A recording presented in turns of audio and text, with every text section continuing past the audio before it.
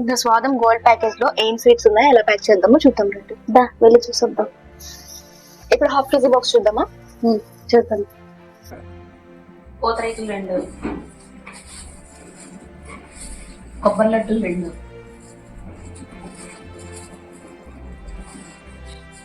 తాపేశ్వరం కాజా 2, మాడూల్ హల్వా 2,